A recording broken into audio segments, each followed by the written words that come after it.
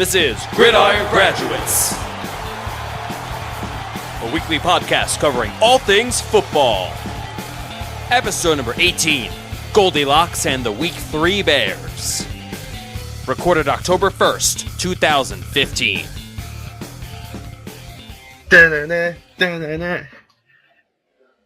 Yes, that was my interesting attempt at an intro for this show. But, welcome back, ladies and gentlemen, to the Gridiron Graduates. Hope you had a nice, almost week break. Actually, over week break. As far as when we're recording. A little Around the Horn reference there. And just like they do on Around the Horn, live from Virginia, it's Ian Wharton. Ian, what's going on in your neck of the woods, brother? Not too much, just bracing for this hurricane we're apparently supposed to get this weekend, and luckily there's lots of good football on, so I think I'll survive. Yeah, you're seemingly like right in the hurricane's path, aren't you? Like how far off are you, or how far are you as far as the expected path of the hurricane? I'm not really too sure. I know I'm a couple hours from the beach, but whatever. I don't really worry about it too much. Yeah. Well, just stay safe, but you'll be fine, I'm sure. Oh yeah. So yeah, another exciting week of action in the National Football League, and we're gonna get right to it. Run through some of the games quick, and then look ahead to Week 4 already. You can believe it, Week 4 already, and the phrase that every fantasy owner loves to hear: bye weeks have begun. But we'll get to that in a bit. So, start off our recaps with the Thursday night game from last week. And speaking of which, we are recording this on Thursday night now, in the middle of the Thursday night game. So, bit interesting for us, but it's going to be fun. But as far as last week's Thursday game, Giants 32, Redskins 21. Giants get their first win of the season. Eli Manning goes 23 of 32 for 279 and 2 scores. As for Kirk Cousins, though, 30 of 49, 327. Neither team ran the ball all that well. Neither team even broke 90 yards of total rushing. For the Giants, leading rusher was Rashad Jennings at just 32 yards on 11 carries. And for the Redskins, 38 yards on 11 carries for Matt Jones. But the passing game certainly was alive for both teams, especially for the Giants, and especially Ruben Randle finally waking up. 7 catches, $116, and a score. What was your take on this game? Yeah, it was. It's one of those games where, Thursday night, and sometimes you just have ugly Thursday night games, and unfortunately, that's kind of what we had here. It's just, I'm not a Kirk Cousins fan, never really have been, and so for me, to watch him play over RG3, look, I know RG3's had issues. I know that the guy has not said flattering things in the media a lot. And I totally understand, as far as like a fan base, I know here locally, they're pretty tired of the RG3 saga. And, but, it comes back to, you've got a guy who showed that he could be a franchise quarterback. And, I understand, too, he hasn't been the same guy in a while, but I think that you got to give the guy a chance that has that potential still. You have to find out. This is the last year of his contract. I know he has the injury option next year, so obviously that could affect things, but, for Washington's perspective, they've got the offensive line playing well, which is a huge compliment to Bill Callahan, their offensive line coach. Because that unit was not good last year. And, Brandon Scherf looked pretty bad in preseason. And, he still doesn't look great in pass pro, but as a run blocker, he's kind of gotten to where we all thought he would be, which is a pretty good run blocker. But, Washington, they're just kind of a mess. They don't have good cornerbacks. Rashad Breeland hasn't really shown a whole lot of progress since last year yet. And it always comes back to quarterback for me. They've got good running backs. They've got good receivers. They've got a great tight end, good offensive line. But Kirk Cousins isn't good enough. And we know that. You don't have to see him play 16 games to know that. But what you do need to see, if Robert Griffin has any more running him before possibly moving on from him. From the Giants' perspective, they needed this game. It was a must-win game. Mm-hmm. And they come out, and like you'd expect from a veteran coach, from a veteran roster, they come out, they play pretty well. Ruben Randall, as you mentioned, big game, big step-up performance. Eli played okay. I really like what they do on offense with Ben McAdoo. I think he's a really good offensive coordinator. I know he draws the ire of some fans, but he's working with some limited talent there too. I mean, you can't really, knock that fact that it's not like he's working with great talent. So, Right. He's got some good receivers, but I mean, it's about it. So, overall, it was a must-win game for the Giants. They came out, they got the victory. Ugly game for the Redskins. They're still okay, but it's a wide-open division right now. Unless if your team, the Philadelphia Eagles, who played much better last week, I thought, unless if they come out and keep winning, which I think is very possible. What was your takeaway from their victory over the Jets? Yeah, the win over the Jets was much needed, similar to the Giants over the Redskins, because if this team, even in the division as weak as the NFC East had turned into, even falling into 0-3 would have been a tough hole to dig out of. The offense wasn't top notch. It was improved, but there were still some questions. Bradford looked okay, but on the plus side, he did have a few potential touchdown throws missed because the running backs dropped the ball. Matthews had a drop that would have been a long touchdown run. Sproles would have had a long run, but he dropped the ball. But overall, the offense did what they needed to. The defense really stepped up. I was really impressed with Jordan Hicks. I thought he had a real nice game. He's already shown that third-round pick, the third-round investment in him was well worth it. And we can see now that if anything else happens in the future, to say Michael Kendricks or Kiko Alonso, Hicks can step right in and be fine, and they'll have nothing to worry about. Luckily, Kendricks is back practicing this week, and Kiko should be expected back within a few weeks, which is great news. I know there was worry that Kiko's injury was going to be season-ending. Luckily for the Eagles, it is not. Like I said, not the best game for the Eagles, but it also was against a quality opponent. Like, I know there's going to be people out there saying, "Oh, well, it was just the Jets." Well, yeah, but this is also a Jets team that has a really good defense. Yeah, they've got a good coaching staff too. Todd Bowles and that defense has just been really good so far this season. Leonard Williams has been outstanding. Obviously, Darrelle Revis in the secondary. So it's not like they beat up. Or not even beat up. It's not like they, beat a down opponent. They beat a good Jets team, as surprising as that sounds. So, like I said, much needed win, and hopefully this gives them a little bit of momentum going forward, because they do have 3 winnable games coming up against the Redskins, the Saints, and the Giants. So if they can pick up their play, they could possibly find themselves 4-2 going into what could be a very interesting Sunday night game against the Panthers in Week 7 before their bye, and then the second meeting with the Cowboys. Yeah, and that schedule really kind of plays nicely for them, especially as they continue to get healthy. Because I don't know if Tony Romo will be back by that point in the season. And like you mentioned, those 3 games I think are pretty winnable games. Even if they play like they did this past week, you could still probably say those are winnable games. And you hope that after the bye week, especially with the coaching staff like they have, especially Chip, he's going to make adjustments during the bye week. Yeah. And if your team has been struggling early this year and you're getting a bye week here, week 4, week 5, that's a really good time for a bye week, because that's where you really expect to see changes. You expect to see either scheme changes, you expect to see personnel changes. You may see rookies play a little bit more after that.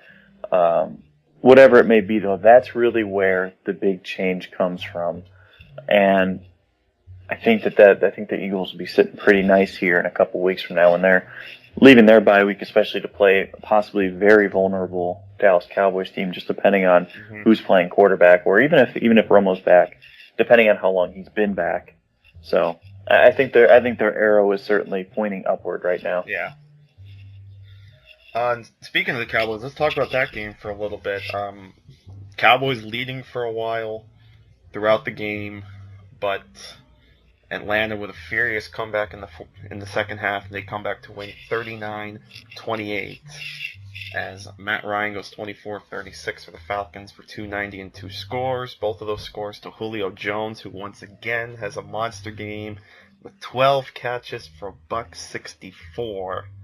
And how about Devontae Freeman? 30 carries, 141 yards, 3 touchdowns. Have yourself a game, Devontae. What a performance by the Falcons.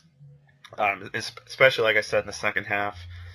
Making the comeback, not getting too down. And you can tell as the Falcons were getting closer, the Cowboys seemed to panic a little bit.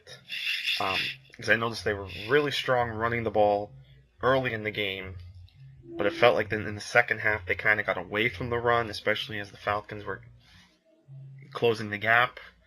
And that's when it felt like the game started to get away from the Cowboys. And the Falcons just took advantage of it, made the plays they needed to, got the win, and now the Falcons are sitting here at 3-0. Yeah, they're sitting nice, and they should have a good opportunity this week to win as well. This is the type of game last week against Dallas that bad teams end up losing. And you don't want to be the team that loses against a team with their second-string quarterback, especially when it's Brandon Weeden. It really can kind of show the pretenders from the contenders, and just going out and doing your job. And that's what it's really about. And they did. Their offensive numbers were really gaudy. I mean, you don't see almost a 150-yard rusher and a 165-yard receiver every week in every game. So that was very impressive. And Julio Jones is probably the best wide receiver in the NFL right now. So they're trending up. I still don't think Matt Ryan's played his best football, and I think that's a really exciting thing. I love seeing all the Kyle Shanahan love out there because I'm a big fan of him as an offensive coordinator, and I would hire him as a head coach in a heartbeat. He's got that offensive line playing incredibly well. And, of course, his offense feeds into Julio. His offense has always been known to really reward the number one receiver in the offense, and we're seeing that once again with Julio. And, of course, it doesn't hurt that he is incredibly talented himself and doesn't really need to be fed, but the fact that he is being fed is even more dangerous. Yeah, so... And like you said, the offensive line definitely playing well. Jake Matthews has certainly played better than he did his rookie season. This week's going to be a good test, though, for them, especially the O-line, as they get J.J. Watt and that vaunted Texans D-line. So that's going to be something to watch. So we mentioned the Falcons are 3-0 in the NFC South. So, too, are the Carolina Panthers. They also moved to 3-0, defeating the Saints, who are now 0-3, 27-22. But how about this for a stat? 310 yards for Luke McCown, of all people. I guess those commercials he's been doing are finally paying off, huh? It's pretty unbelievable. It was crazy because at one point on Sunday we had Luke McCown going I think he was like 13 of 14 or something like that, and we had Brandon Weeden 20 of 20. I mean, that's unbelievable. And oh, by the way, they might potentially face each other this Sunday night. Yeah. So, oof. It was pretty scary that. Sorry, NBC. Yeah, it's pretty scary that backups are this prevalent already early in the season. Mm-hmm. But it is what it is with bad offensive line play nowadays, and some of these quarterbacks are getting older. Breeze obviously is having injury issues, and Romo's had a long history of injuries. At least somewhat severe ones with his back. So, hopefully those guys get back. I mean, just for the sake of football, you really don't want Luke McCown. You don't want him on your TV for more than 1 or 2 games a season, and you really don't want Brandon Weeden on your TV for more than 2 plays. But, unfortunately, we have to deal with him for a few weeks. So, it was impressive, though. It was impressive how they hung into these games. I don't think long-term that's something sustainable, but we'll definitely end up seeing kind of how that shakes out. It's not really a good look for Carolina. It's good that they won, but it's not really a great look that the game was so close. Right. Just to run through some of the other scores quick. Houston gets their first win over Tampa Bay, 19-9. A couple miscues though for Tampa Bay, missed a couple field goals that, those on drives that could have been touchdowns for the Buccaneers. So that certainly could have gone either way. Both those teams are now 1-2. Vikings get to 2-1. They beat the Chargers 31-14.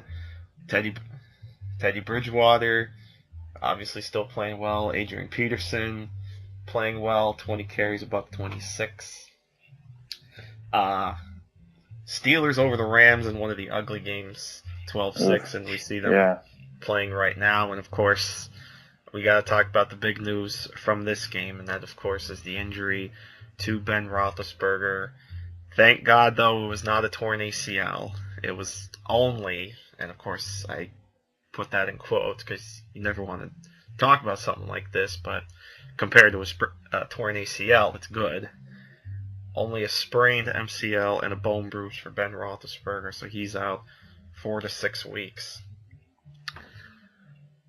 What's your take on the Steelers from this game and possibly going forward? As again, we're recording this as they're playing the Ravens right now, and Mike Vick actually playing. Who'd have thunk? Yeah, especially being signed a few weeks ago. It seems like, it could be a disaster, and they are already behind the 8 ball because the Cincinnati Bengals are playing so well. Mm-hmm. And if they lose tonight, and obviously as you're listening to this, the outcome's already been determined. But if Baltimore wins this game, they're back in it. At least as far as back in it and competing with Pittsburgh and Cleveland. Right. Because Pittsburgh kind of has to ward off Cleveland, too. Cleveland's not overly good, and I don't think Baltimore's overly good right now. But I think it's fair to say that Pittsburgh's not overly good right now. I mean, their bright spot is offense, for sure. Mm-hmm. But without Big Ben, and more importantly, with a limited quarterback like Michael Vick, that's more important, I think, than losing Ben, is that the drop-off is so severe. That defense is it's got so much stress on it. They've got to do so much. Especially without Shazier. Yep. I was just going to mention, without Shazier, their task is tall. So they've got to weather the storm. And, Ben is one of the toughest guys in the NFL. I think we're going to see him back sooner than later. It's hard to see them being competitive this season, I think, in general. And just because Cincinnati's come out scorching hot, and also because that defense is so limited, I think it's going to be tough for them for the duration of the year to just be a constant threat. They're going to be a tough team to face because of that offense, but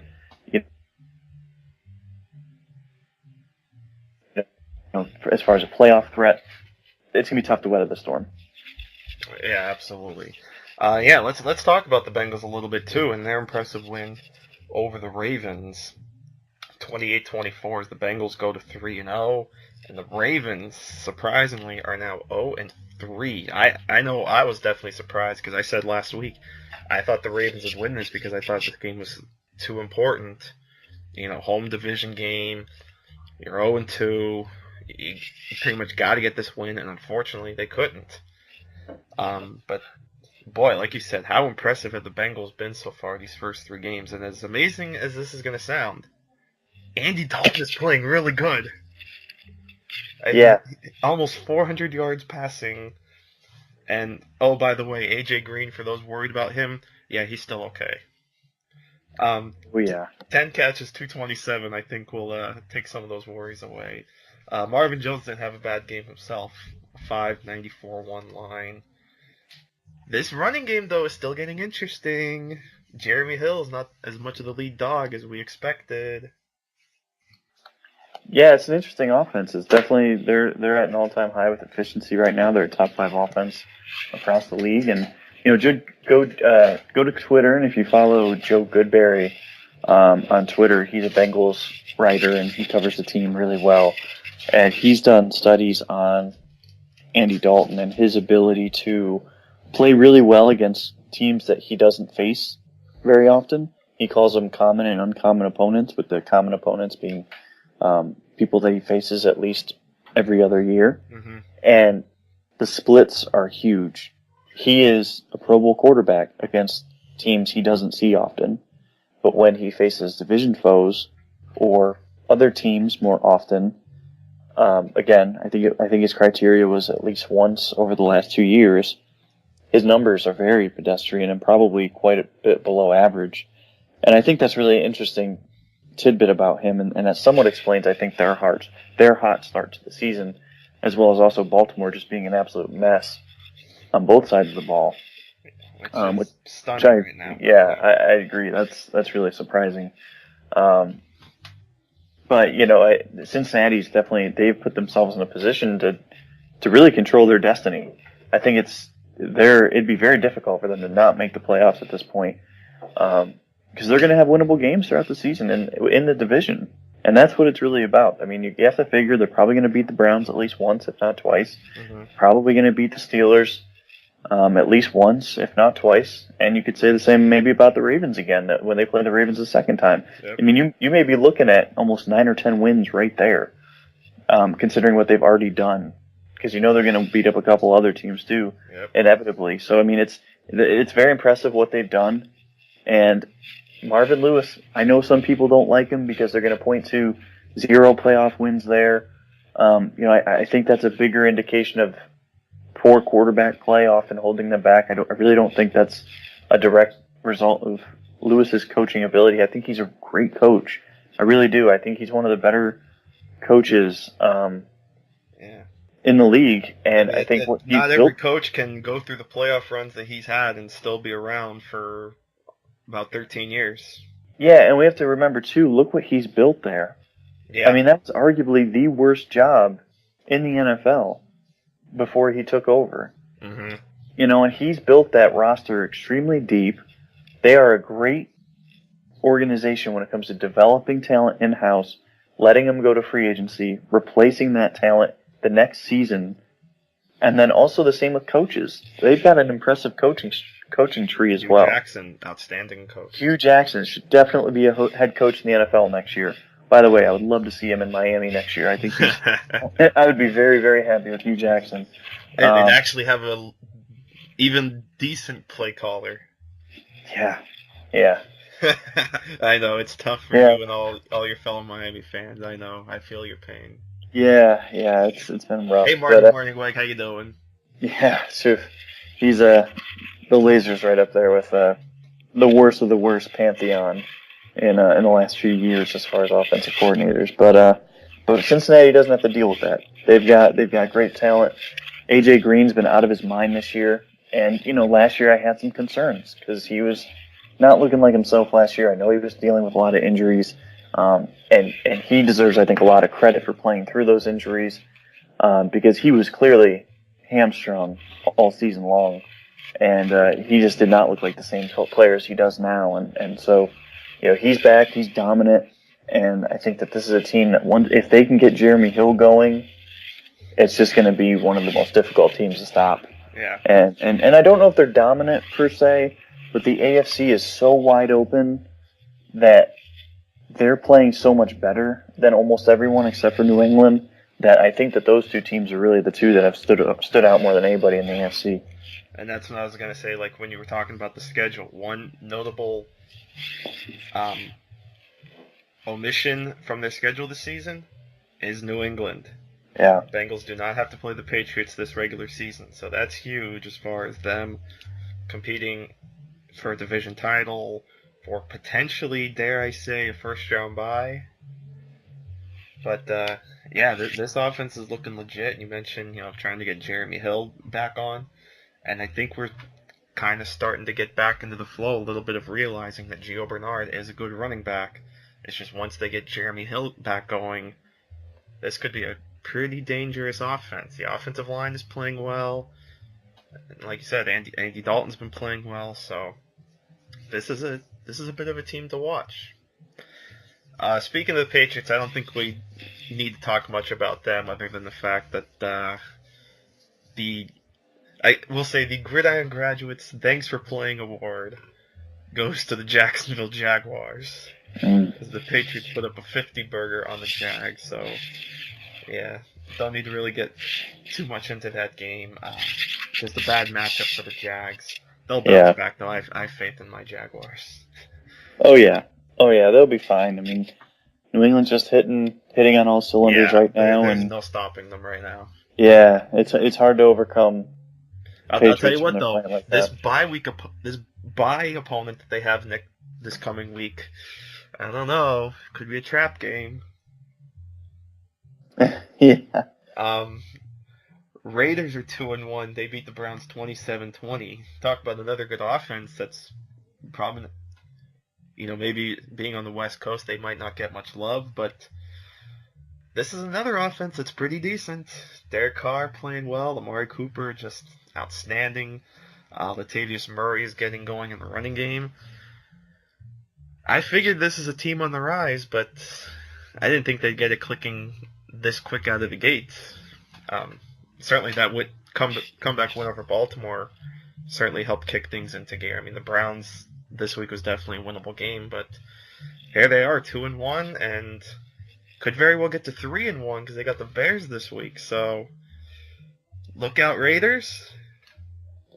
I think I'm going to temper expectations on them a little bit. They face some really weak teams, and Derek Carr's looking really good, and Amari Cooper looked really good, but the matchups have been there for them, and I think lower competition for sure.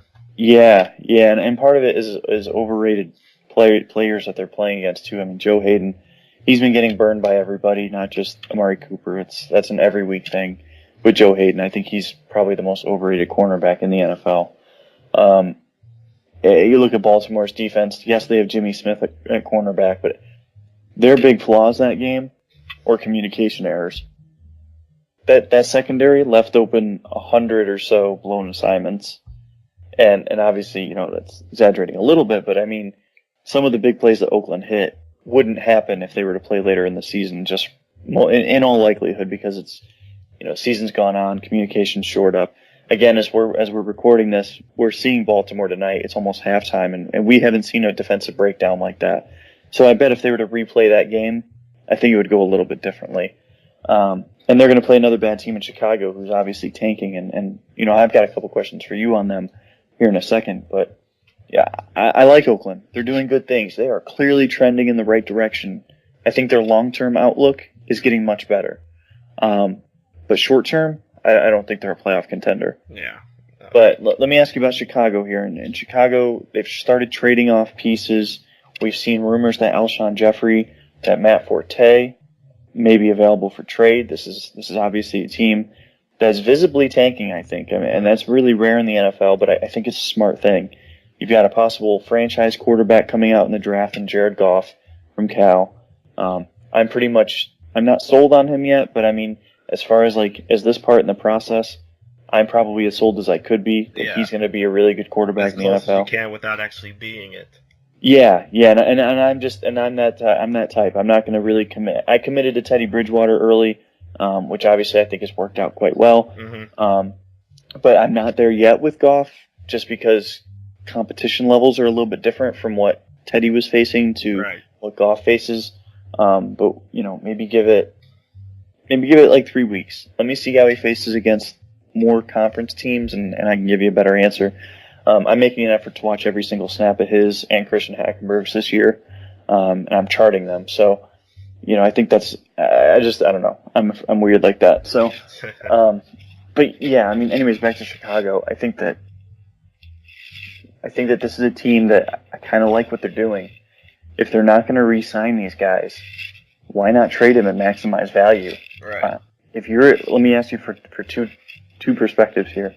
First one, would you trade Matt Forte and Alshon Jeffrey if you're the Bears?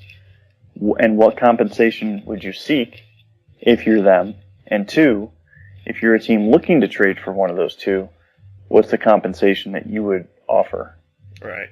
Because obviously those could be two very different things. No, for sure. I'll start with the second one first because I think if you're a playoff contender and you're maybe a little shaky on running back, or even if you have like a decent running back and you know you can possibly get a guy like Matt Forte, I think you should do it.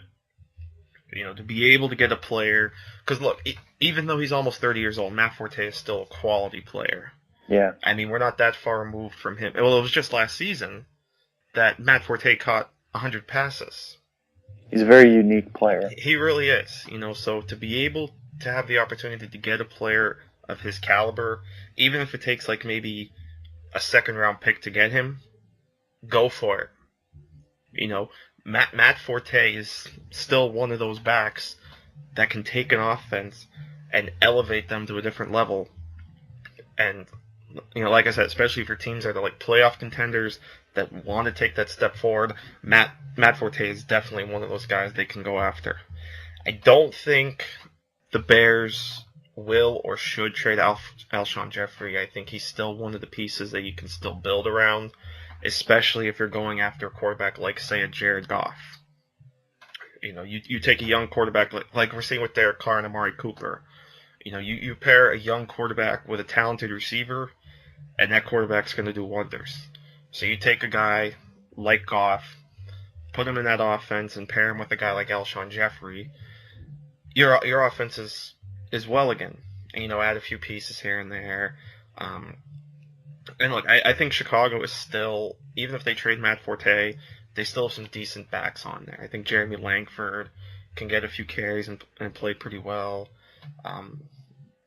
Even if they go and draft a back next year or sign a running back. So I can understand, what the Bears are doing because, like you said, they're clearly tanking. They know they're not going to do anything competitive this year. They're obviously they're not going to win the division because they're nowhere near Green Bay's level. And as far as playoffs, they're not going to be able to contend. So get the kind of pieces you can now, and then start to build toward the future because, you've got an up-and-coming GM in Ryan Pace and he has learned from New Orleans, which has helped. So he can kind of use that to advantage and start building the team. Him and Fox and Gase just kind of building it the way they want to. So if I'm the Bears, I consider trading Matt Forte. I don't consider trading Jeffrey. I'm a playoff contender. If I can get either of those guys, absolutely more so Forte because he would probably be more likely available than Alshon Jeffrey.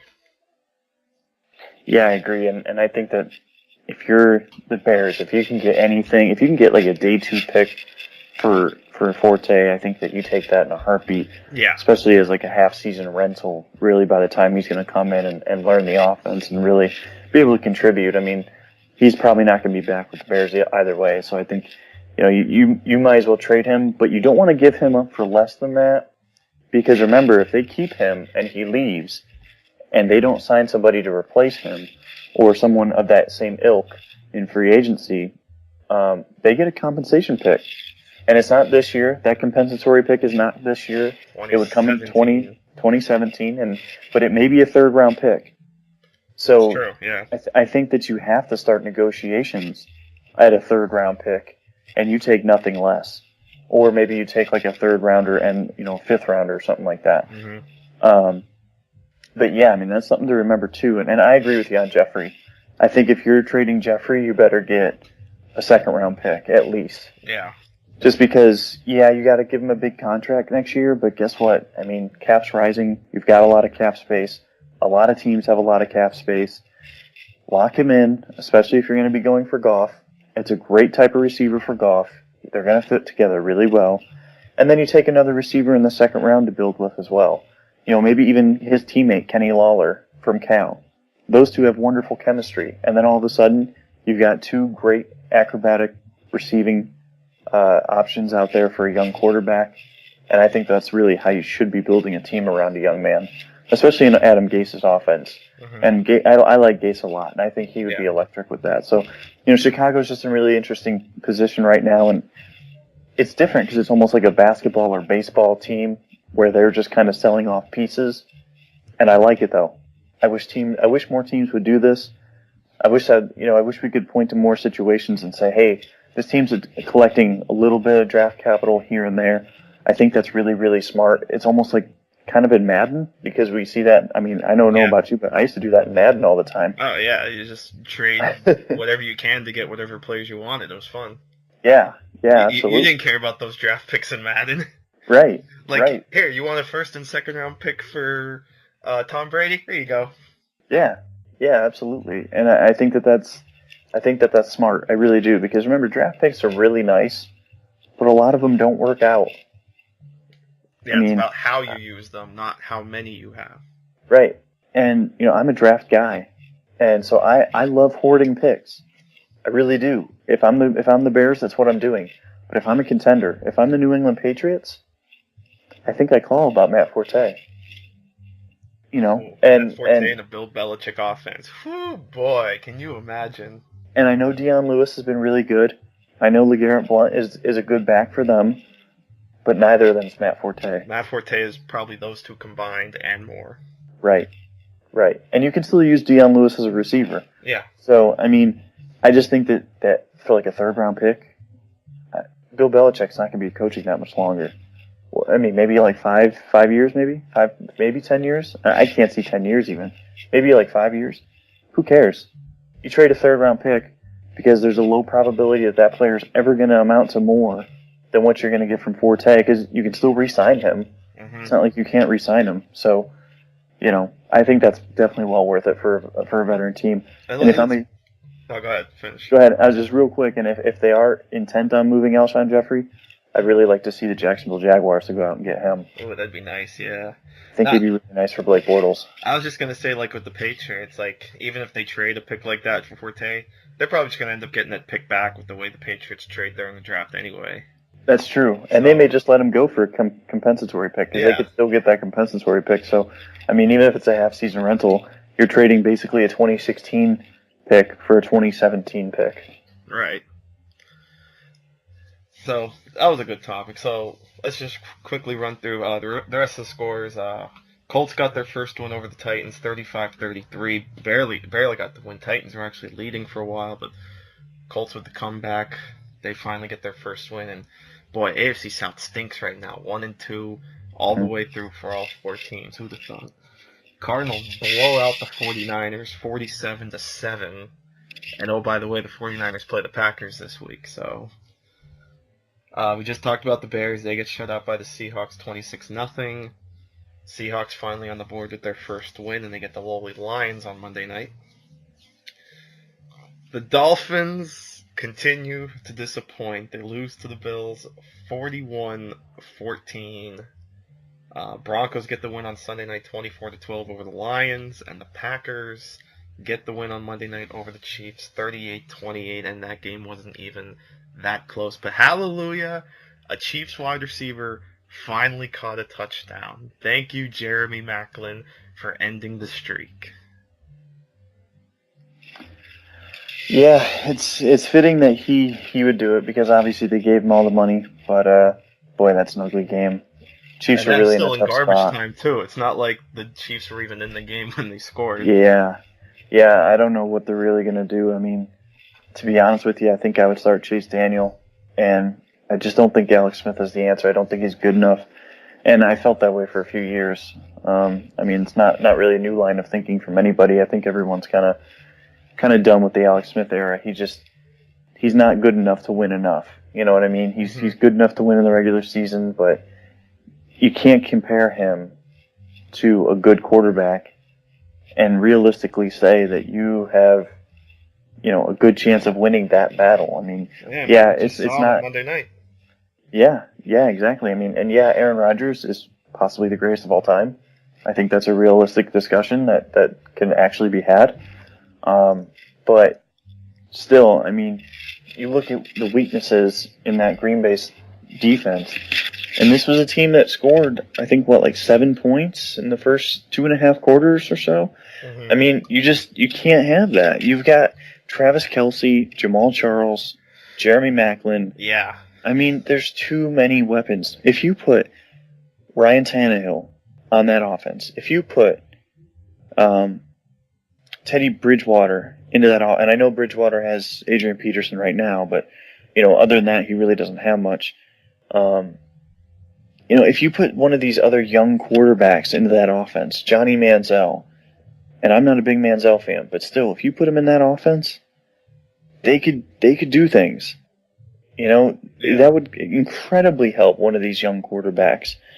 And it's just, I think it's a shame. I feel like Alex Smith is wasting it away. And they're in a tough spot because there's no guarantee that Chase Daniel would play any better. And you're still guaranteed to pay Alex Smith $14 million next year.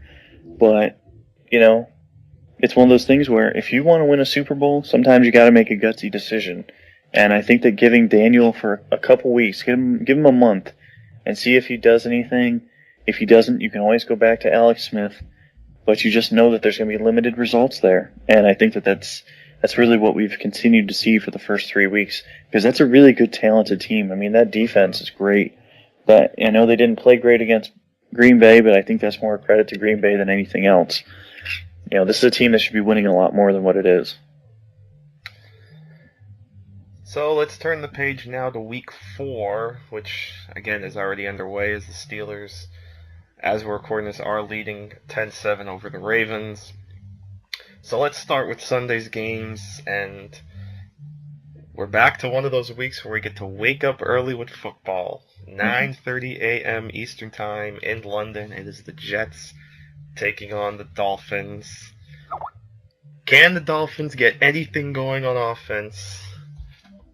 And I'm sorry, it's now 13-7.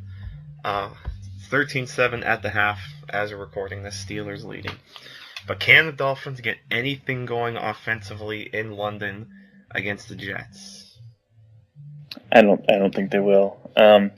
It's just, his team seems like they're broken. It seems like they just have given up on Joe Philbin.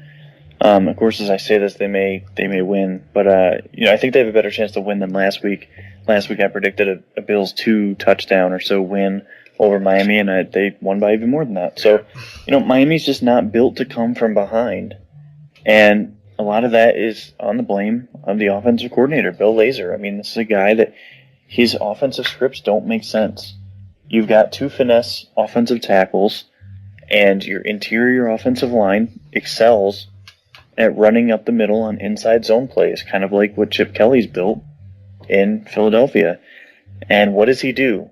He runs more pitch plays than he runs inside zone plays with Lamar Miller. It doesn't make sense. I mean, this was a team that was a great running team last year, and they've basically abandoned that this year. And it literally doesn't make sense to me. It feels like he does not script his drives. He just he doesn't really even understand the situational football, though, either. Like, it's very confusing to me. I mean, to be honest with you, I think he's one of the worst offensive coordinators in the NFL. With his play designs, if you take a look at my Twitter feed from this last week, I tweeted out some of his play designs, and I had illustrated them. They're terrible. His spacing that he creates is terrible. And it's very difficult because the defense hasn't been good either. So, it's a whole mess. I think the coaching staff in Miami is very poor. I think they're among probably the worst in the NFL, if not the worst. And, I think things are going to go downhill quicker than not. Because if they lose this game, and it's going to be very difficult too, because I think they're at a disadvantage talent-wise, and I think they're at a disadvantage coaching-wise, more so than even talent. Mm-hmm. That's a bad combination. So, we're going to see, but I can't imagine Miami winning this game. Well, now let me ask you this. If the Dolphins do lose this game and fall to 1-3, and they've got their bye week coming up, what are the odds that Joe Philbin is not the head coach when they come back in Week 6? I would say very little. I'd say very little chances that he is not the coach. Just because it's difficult to fire your coach in season. One, they don't have a logical replacement within the coaching staff. And 2, that could be potentially damaging as you're trying to hire your next coach. Because that next coach doesn't want that to happen to them. Yeah. That's embarrassing. That's true. It's a bad look. Mm-hmm. And, I think at some point it may be fair to fire him early. But if they win this game, they're not out of it. And it's tough to sit there and say that because you looked at their first 6 games, and honestly, their first 6 games, they probably should have won at least 5 of them. And it's a shame. It's a shame because they didn't address many of their needs over the offseason. They overhauled the wide receiver group, which was, I think, the smart move. They signed Ndamukong Suh, but they didn't fix any of their other problems, and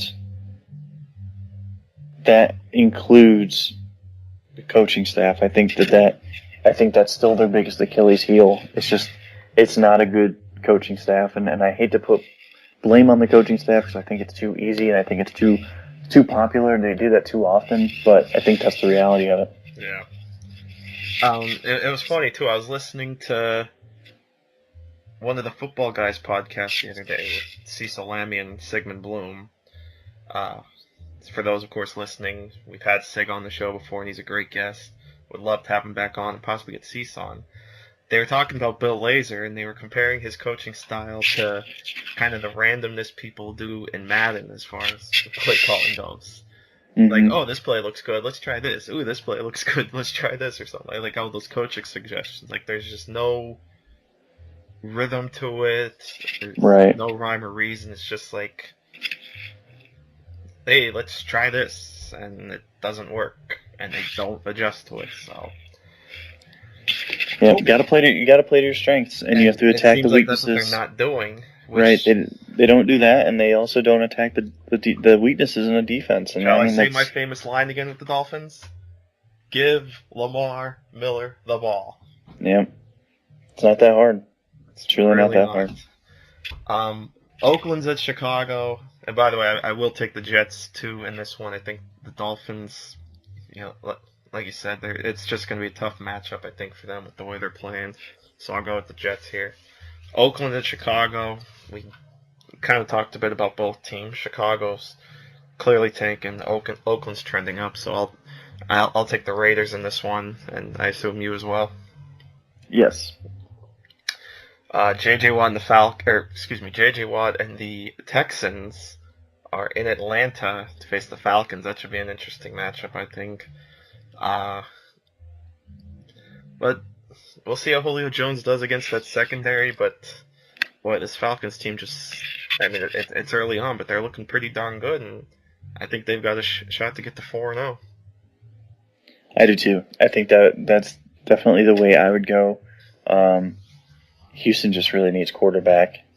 They do, yeah. And especially with, their passing game doesn't really scare anybody. Like, yeah, they have DeAndre Hopkins, but he can't do it all on his own. No one else on that team really, no one's afraid of Cecil Shorts. No one's afraid of Nate Washington.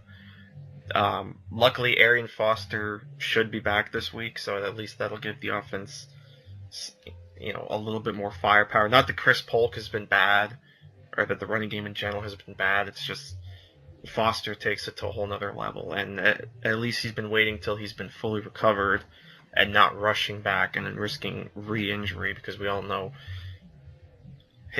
he's always at risk of re-injuring himself, unfortunately. Mm-hmm. Yep. We just talked about the Chiefs. They're in Cincinnati to take on the Bengals. Battle of the red quarterbacks, I guess. The quarterback of the red team against the red-headed quarterback. But again, just like the Falcons, I think the Bengals shot to get to 4-0. Yeah. But luckily for the Chiefs, at least Sean Smith comes back this week, so they might slow down AJ Green a little bit. But I mean, still, there's just so much firepower right now on this Bengals offense, and the defense has been playing well too. So I could see the Bengals taking this one. I am with you. I'm going to go with the home team with the better quarterback, and also the team that's been playing better as of late. Yeah. So I will also go with Cincinnati. Jags and Colts this week. Definitely a better matchup, I think, for the Jaguars. Obviously the Colts defense is not of the caliber of the Patriots defense, and let's be honest, even though they won, they're still not overly great yet. Talking about the Colts. And oh, by the way, Andrew Luck is questionable. So if he were to play, and Adam Schefter brought up an interesting point too, the fact that he's been limited in practice, questionable to play Sunday, plus the fact that next week they play on Thursday. So if he can't go, not that Matt Hasselbeck's a bad quarterback, but when's the last time he started the game? Plus he's almost 40 years old. If Luck can't go, there's potential for an upset here by the Jaguars. Yeah, I agree. I think the Jaguars would definitely win that game if Luck's not able to play, but I have to imagine he plays. It's really hard to imagine him not playing, and yeah, how much is at stake this season, I think, and absolutely. Until I see it, I can't believe it. He's still playing to be potentially the first $25 million a year man in the NFL. And I'll agree. I'll assume Luck plays, and I'll say the Colts win this one. Could be another ugly one, though. A game that potentially could have been moved to Week 8, but sounds like it will stay on schedule. Philadelphia at Washington. Like we talked about earlier, Philly can, at least stay on the pace that they were against the Jets. I think they should be okay. Because, look, Philly still has the better quarterback in this one. Even though Bradford's been sluggish, he's still miles ahead of Kirk Cousins. The defense has been playing a lot better, particularly the front seven. Michael Kendricks is back practicing, as I mentioned before. And at least there's no... Pierre Garçon's a good receiver, but he's obviously not at the elite status of like a Julio Jones or whatever. So, a guy like Byron Maxwell should be okay. So I think the Eagles will have enough to take this one and get back to 500 and kind of start to get the momentum shifting their way again. Yeah, I agree. I think Philly takes this one fairly easily. It is on the road, which is going to be tough, but I agree. I think they've got this one. And at least after this week, the road stretch will come to an end a bit for them, because it's never easy to play 3 of your first 4 on the road. But I guess that's what happens when the Pope comes to town. Yeah, the traffic here was crazy when I know he was in the DC. So yeah. I know that was definitely a unique experience.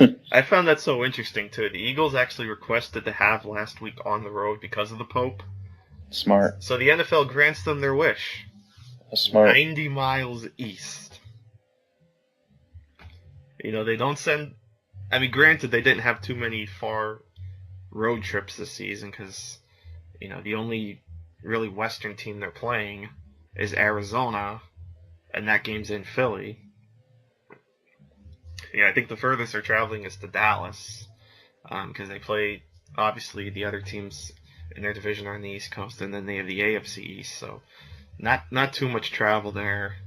Maybe, Detroit's a bit of a travel, I guess, but still not that far. So I guess there wasn't too much the NFL could do, but I still found it interesting that they requested to be off because of the Pope, and they were only sent, pretty much a hop and a skip over to East Rutherford. Carolina at Tampa Bay. Panthers been, playing pretty decent, obviously at 3-0. Bucks have been struggling, but this always seems like an interesting NFC South matchup. It should be interesting to see now that Mike Evans is starting to get a bit healthy again.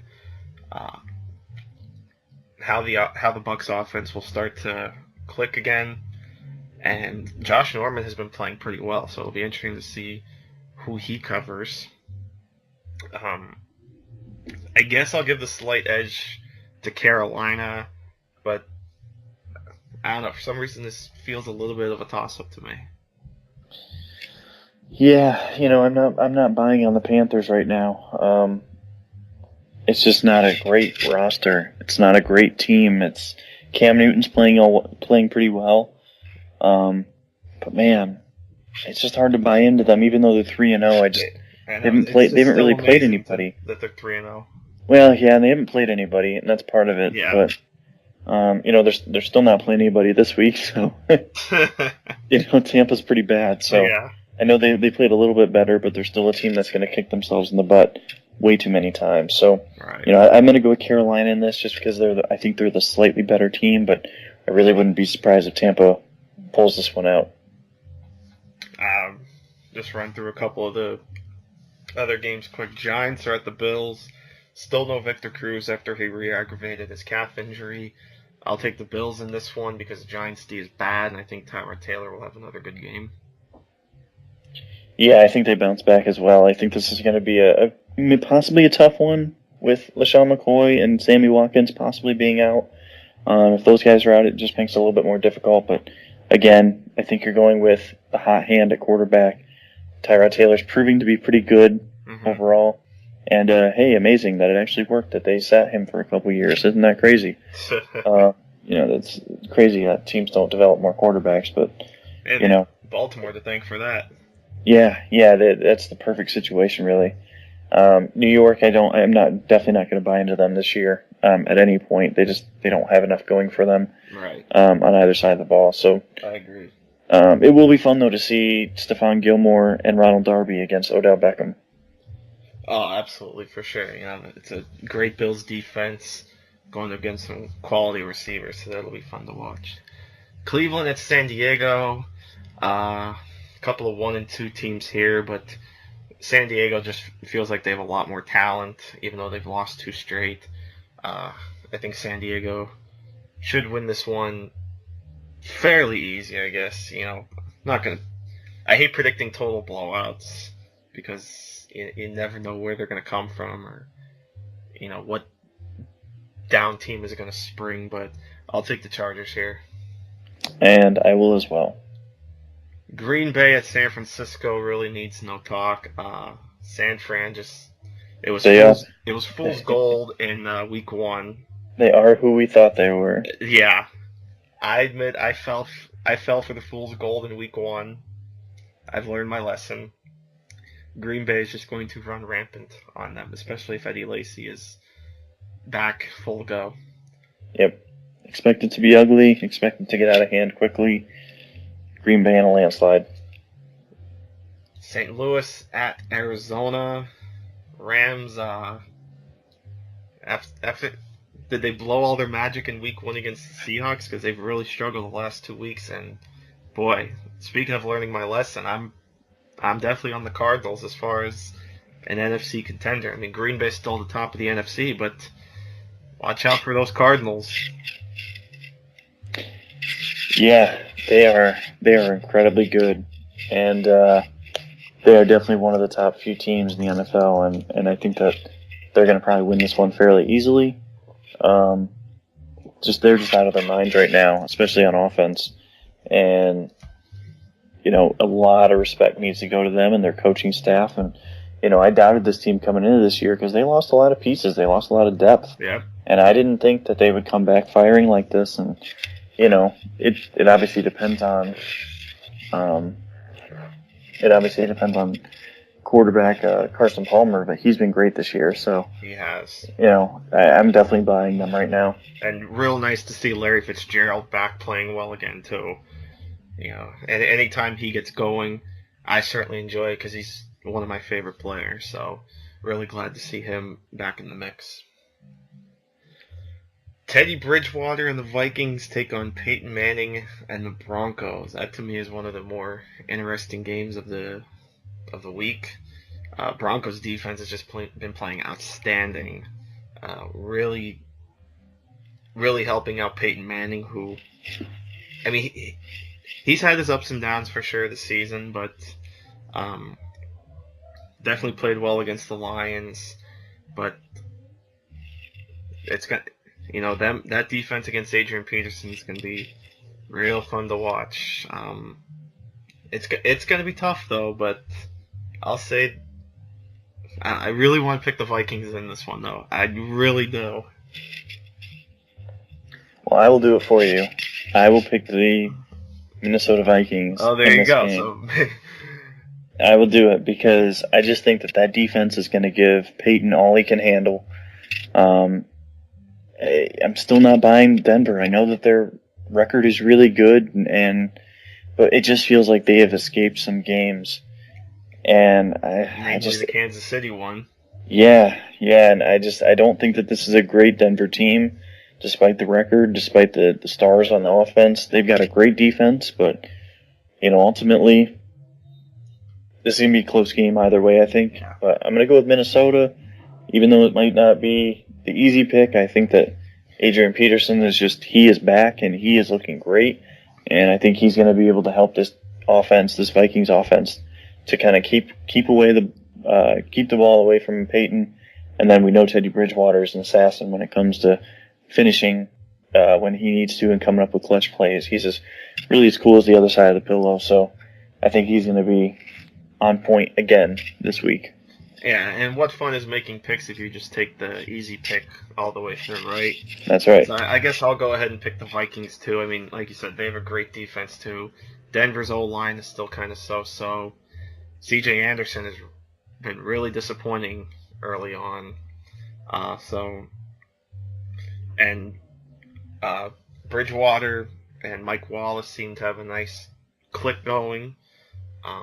So you'll probably see Wallace against Aqib Talib, which should be an interesting matchup. But yeah, I'll go ahead and pick the Vikings too. Dallas at New Orleans on Sunday night. If Drew Brees plays, I'll definitely take the Saints. The offense has struggled, but I think you definitely got to give Drew Brees the edge over Brandon Weeden, because I don't think Castle's still yet ready to play, so it's probably going to be Weeden again. So if Brees plays, definitely going with the Saints. I'm going to go, if Brees plays, I'm going to go with the Saints, even though Brees hasn't been great this year.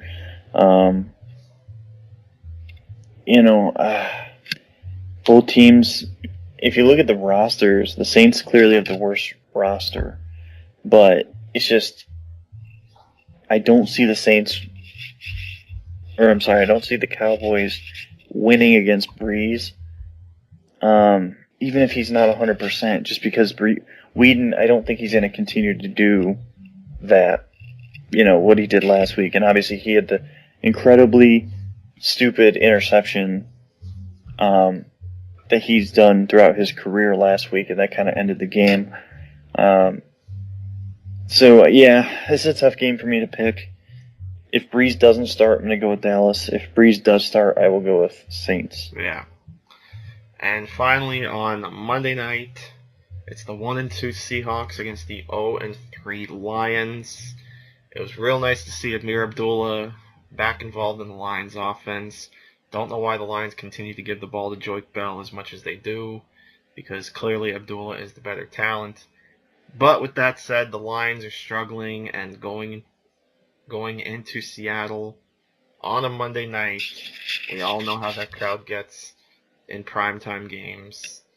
Going with the Seahawks here to get back to 500. Even if Marshawn Lynch does not play, because they really like Thomas Rawls. And then you can still sprinkle in Fred Jackson there and get Jimmy Graham involved. So with or without Marshawn Lynch, I think the Seahawks take this one. I really hate to agree once again, but you make a lot of sense, and I'm going to be with you here. I'm going to go with Seattle. Detroit. Wait, radio host making sense? What? It's good reasoning. We'll see if it bears out that way. But Detroit. I've never been high on Matt Stafford. I think the guy. If you look at the numbers, his performance has gotten worse as time has gone on, and their offensive line has continued to get worse. And he was, it's just one of those things where they don't have the offensive line, despite they should, because of injuries. It's just not really a good unit, and the run game hasn't been going. Without the run game, Stafford is not good, and it's tough. DeAndre Levy's been out, so the defense hasn't been quite as good as it was last year, and the defensive tackles, they clearly miss Sue, and not a shocker. So, I think this is a game where Seattle should just kind of have their way. Unless if we see some crazy performance from Golden Tate and Calvin Johnson, which is very possible. Barring any really surprising outbursts from Detroit's offense, which we haven't seen in a while, I think this is going to be a comfortable Seahawks victory. And with that, our previews for Week 4 are in the books. So, as always, hope you enjoy the games. And certainly this week, we all love the quadruple header. I'm sure you'll be up early to watch the game, right, Ian? Unfortunately. Hey, you never know, though. You never know. I'm at the point. I'm honestly ready for it to be over. I had written some articles at the end of last year calling for the coaching staff to be fired. For me, it's like it's one of those things where it's like you don't want your team to lose, but you know that that's what needs to happen. Right. Because it just needs to be a fresh start. And although I really don't believe that this ownership will do that, Stephen Ross he's always been the type to keep one thing in place. So like he'll keep Mike Tannenbaum in place, as opposed to a fresh restart, which in reality is a fresh restart is really what's needed. So. But in any event, quadruple header Sunday. So enjoy it, and be sure to check back with us next week as we kind of put a bow tie on Week 4 and see where we went right and where we went wrong. So, any final thoughts, Ian? I don't. Enjoy the good weekend. It's a great weekend for college football, capped off by Notre Dame and Clemson at night. And, Alabama and Georgia is going to be another good one. You can watch the best running back in the nation play in that game, a.k.a. Nick Chubb. And, this might be a little bit of a hot take because I know there's a lot of Leonard Fournette love out there, but I like Chubb even more. They're both amazing. But, yeah, enjoy a great weekend. If you're going to be reined in like myself, there could be worse things that you're doing. So make sure you go grab some beer or some liquor if you prefer liquor, and enjoy the weekend. Absolutely, yeah. If you're in the path of the hurricane, please be safe. And like Ian said, enjoy the weekend. Some great college football.